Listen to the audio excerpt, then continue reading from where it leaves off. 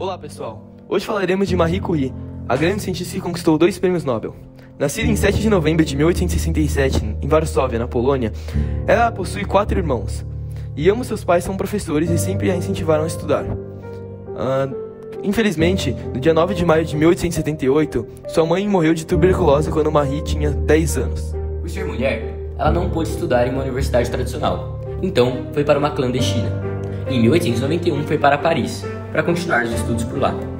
Em 1894, conheceu Pierre Curie, seu futuro marido, um cientista que trabalhava na cidade. Foi também nessa época que ela adotou a grafia francesa de seu nome Marie, que anteriormente era Maria. Agora que já falamos um pouco do começo de sua carreira, vamos falar sobre suas descobertas. Os trabalhos sobre radioatividade e as descobertas, os Curies tornaram-se os pesquisadores da Escola de Química e Física de Paris. E lá começaram seu trabalho pioneiro em raios invisíveis emitidos pelo urânio, um novo fenômeno que havia sido descoberto recentemente pelo professor Henri Becquerel. Ele havia mostrado que os raios eram capazes de passar através de matéria sólida, neblina e filme fotográfico que fazia com que o ar conduzisse a eletricidade. Marie também notou que as amostras de um mineral chamado pechblenda, que contém minério de urânio, eram muito mais radioativas do que o elemento puro urânio. Outros trabalhos a convenceram de que as leituras muito grandes que ela estava recebendo não poderiam ser causadas apenas pelo urânio. Havia algo a mais na pechblenda. Como ninguém nunca havia encontrado antes, ele só poderia estar presente em pequenas quantidades e parecia ser muito radioativo. Marie estava convencida de que havia encontrado um novo elemento químico. Outros cientistas duvidaram de seus resultados. Pierre e Marie Curie começaram a trabalhar para procurar elemento desconhecido. Eles moeram amostras de pechblenda, dissolveram-nas em ácido e começaram a separar os diferentes elementos presentes, usando as técnicas de química analítica padrão da época. Eventualmente, eles extraíram pó preto 330 vezes mais radioativo do que o urânio, que eles chamaram de polônio. Polônio era um novo elemento químico, número atômico 84. Quando os Curies investigaram mais, eles descobriram que o líquido deixado para trás depois de terem extraído o polônio ainda era extremamente radioativo. Eles perceberam que o pechblenda continha outro novo elemento, muito mais radioativo do que o polônio, mais presente em quantidades ainda menores. Em 1898, os Curie publicaram fortes evidências apoiando a existência do novo elemento, que eles chamavam de rádio, mas eles ainda não tinham nenhuma amostra dele. A pechblenda é um mineral caro, porém contém urânio valioso, e Marie precisava muito disso. Ela entrou em contato com uma fábrica na Áustria que removeu o urânio da pechblenda para uso industrial e comprou várias toneladas do produto resíduo inútil, que era ainda mais radioativo do que a pechblenda original e era muito mais barato. Marie começou a processar a pechblenda para extrair as pequenas quantidades de rádio. Isso envolveu trabalhar em uma escala muito maior do que antes, com lotes de 20 kg do mineral, moagem de solução, filtragem, precipitação, coleta, redissolução, cristalização e recristalização. O trabalho era pesado e fisicamente exigente, e envolvia perigos que os Curies não apreciavam. Durante esse tempo, eles começaram a se sentir doentes e fisicamente exaustos. Hoje podemos atribuir sua má saúde aos primeiros sintomas da doença da radiação. Na época eles perseveram, na ignorância dos riscos, muitas vezes que as mãos cruas e inflamadas porque estavam continuamente lidando com material altamente radioativo. Em 1902, Marie eventualmente isolou o rádio como cloreto de rádio, determinando seu peso atômico como 225,93. A jornada para a descoberta tinha sido longa e árdua. No mesmo ano, Marie passou sua tese de doutorado em física. Em 1906, a vida de Marie foi atingida por uma tragédia quando Pierre foi morto em um acidente de rua depois de ser derrubado por um cavalo e uma carroça. Seu espírito indomável, no entanto, manteve-a trabalhando e Sua determinação e esforços notáveis levaram a um segundo prêmio Nobel, em 1911, desta vez em Química, por criar um meio de medir a radioatividade.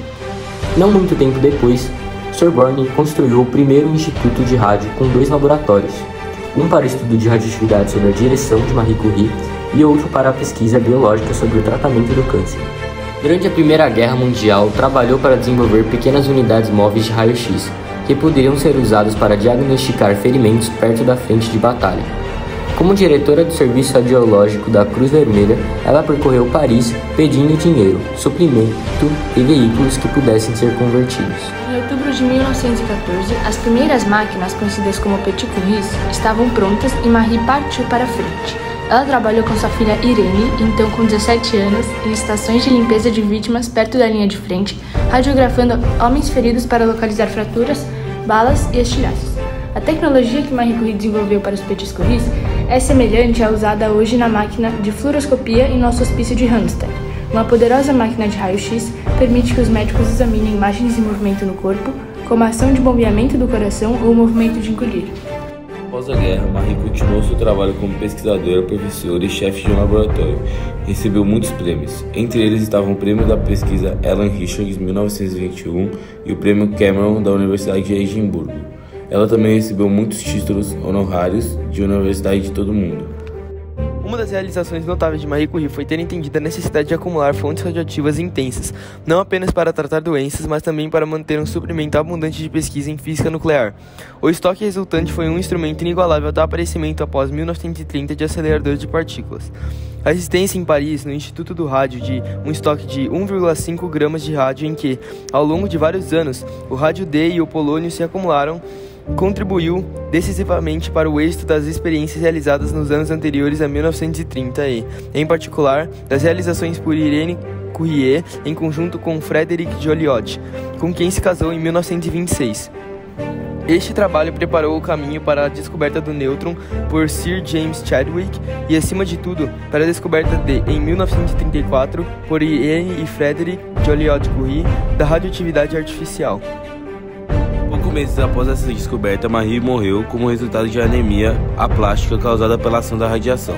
Sua contribuição para a física tinha sido imensa, não apenas do seu próprio trabalho, cuja importância havia sido demonstrada pela concessão a ela de 2 prêmios Nobel, mas por causa de suas influências nas gerações subsequentes de físicos nucleares e químicos, Marie, juntamente com Irene Joliot Curie, escreveu o verbete sobre o rádio para a 13ª edição, 1926, da Enciclopédia Britânica.